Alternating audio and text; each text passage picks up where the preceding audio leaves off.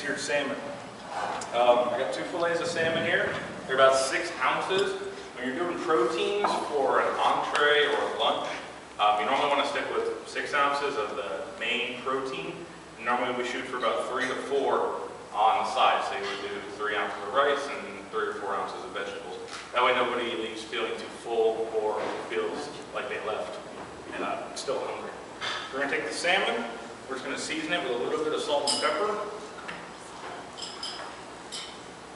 Salmon is one of those, it's a very oily fish. Has a lot of omega-3 oils in it. It's very healthy for you. So what we're going to do is we're going to put the pan on high and season both sides of the fish while the pan's heating up.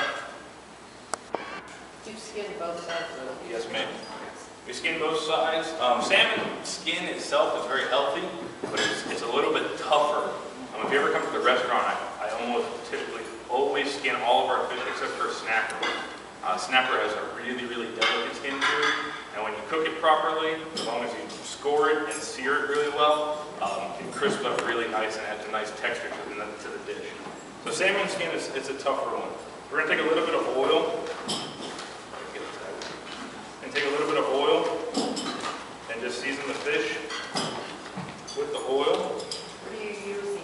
Olive oil? This is actually just a vegetable oil. You can use olive oil too. A lot of people tend to have just regular olive oil at home, but when you use like a nicer olive oil to something that you're cooking, when you add heat to it, you bring out the impurities that's in that beautiful, clean, extra virgin olive oil. And so a lot of people will use olive oil for something like that, but it doesn't necessarily make a difference. So you can use vegetable oil, just sesame oil has a lower smoke point, so you wouldn't be able to use that.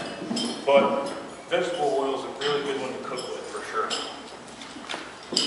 Just because it has a high smoke point, meaning that it won't burn easily, and it doesn't have a lot of impurities in it because they tend to purify that out when they're doing the processing. We're going to take the salmon, just coated it with a little bit of oil on both sides. Took the pan, heated up the oil in there. You start to see where it ripples like this. That's when you know the pan's starting to get hot enough. Some people will wait until the pan is almost smoking to put the fish in, which is another good sign that the oil is hot enough that the fish won't stick to the pan. But a lot of times the oil will burn and the fish will burn. But one thing you can always count on is that the cold texture of this, the cold temperature of it, will cool the pan down. So when it's really, really hot, as long as you're quick to put something in there that's cold, you won't burn the food. So we have the pan hot enough right now. We're just going to lay the fish in, serving side up. So you always want to get a good sear on the serving side. The reason you sear food in general is actually there's a really deep scientific reason for searing food. It's called the Maillard reaction. Picture your taste buds as square hole, and raw food is round hole.